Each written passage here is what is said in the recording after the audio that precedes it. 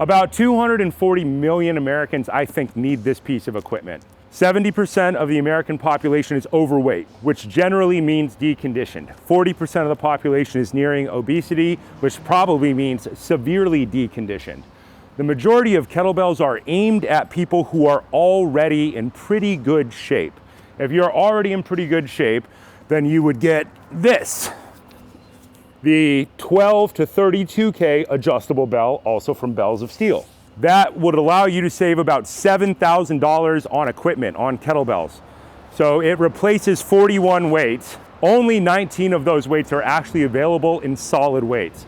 The whole point of these adjustable bells is that we can get half K increments. 12K is 25 pounds. That is way too heavy for smaller framed people, for most women, and for people who are deconditioned. Way too heavy. The equipment did not exist, so I talked to Bells of Steel when we worked on this project, and we designed this piece of equipment. It's a smaller kettlebell for smaller framed people that adjusts in weight. In the front, as we do with all of our competition bells, we have our tools included with it. You can make something really simple, but no simpler. Currently, the best way to make the most durable bell is to make a bell that has a threaded center post that opens with an Allen key so that you can turn it off. We have a wrench which allows you to remove the nuts from the inside. I wanted it to be the same on the lighter bell so that equipment can transfer, so that if you can't find one set of tools, you have the other. We have our small bell. There we go. So the most important thing that we look at is the distance between the globe of the bell and the handle. This handle is a smaller diameter than this one. This is 35 millimeters. This one is smaller, but the goal is that when you hold on to it, the globe is not resting on your joint. So we went through a couple of distance checks between the handle and the body to make sure somebody my size could use it, but to also make sure that a 5'2", very small framed woman could also use it. Getting a weight that goes this light is important. I was talking to a friend of mine who got a pretty severe back injury in the military and was on full-time disability. I gave him one of these to use, but 12K was too heavy. It was just too heavy for the spinal injury that he had, because therapy tends to fail people. They just put people on opiates and then they end up addicted to opiates because of the pain that they're constantly in.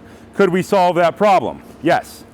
So we wanted to design a smaller bell, and that gentleman already has one of these, where we can open it up and we can take it down to 6K. There's the bottom half come off. Here we have these tiny plates. And now we have a small stack of plates.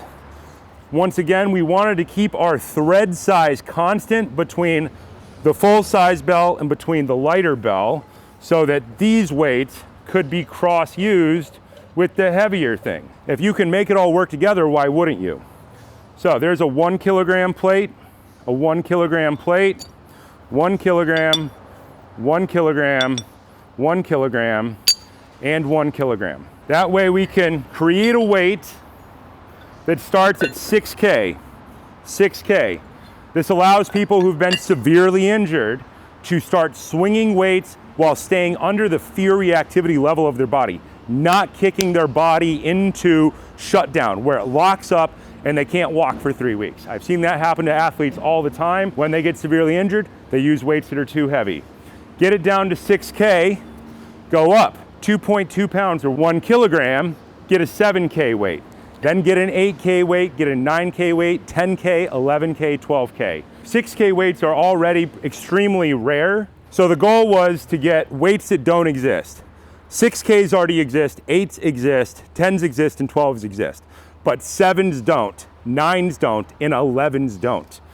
So this gets us way more weights than already exist and allows us to go down to that 2.2 pound jump which then allows us to sneak up and retrain people who've been severely deconditioned. This idea will plug directly into our Training for Overweight and Deconditioned Individuals program. The point of that program was to help people who are bedridden, who cannot stand up effectively and who are not being helped by physical therapy enough to get them back to doing what they really want to do in life. The goal is to get people starting at 6K, start a program, stay below the level where their body freaks out and shuts down, move up in the smallest jump possible, repeat programs over a long period of time, and build real athletic training. The swing program you can do with this will eventually get you all the way back up to 32K.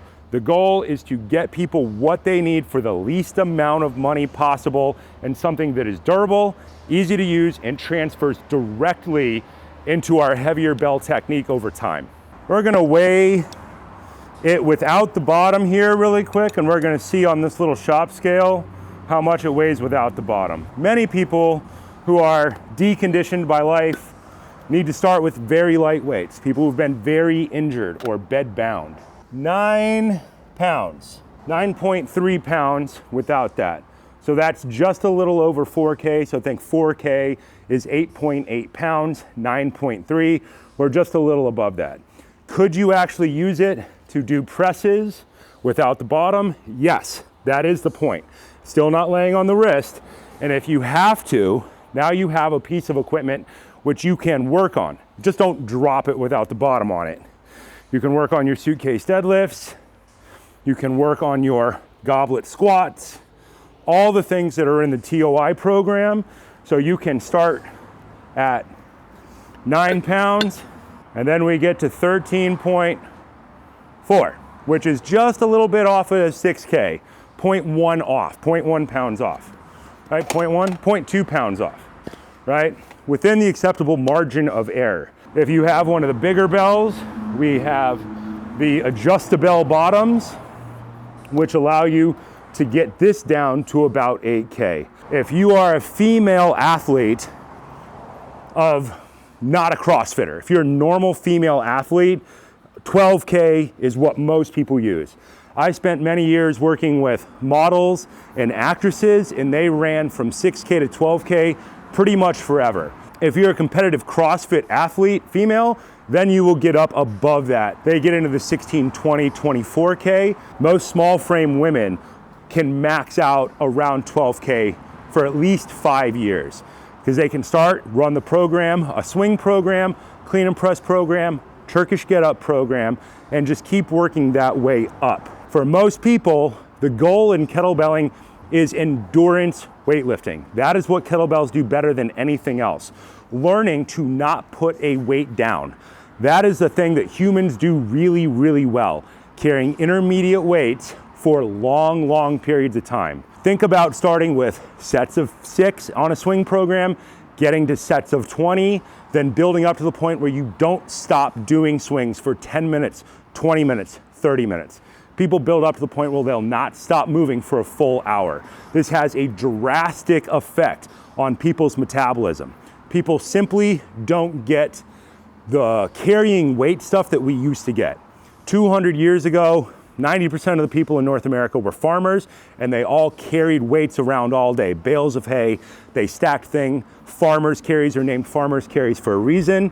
When people go to the gym today, they do 3 sets of 10. It's not what the human body is designed to do. You can go to the gym and do that, but you also need to do the endurance weightlifting part.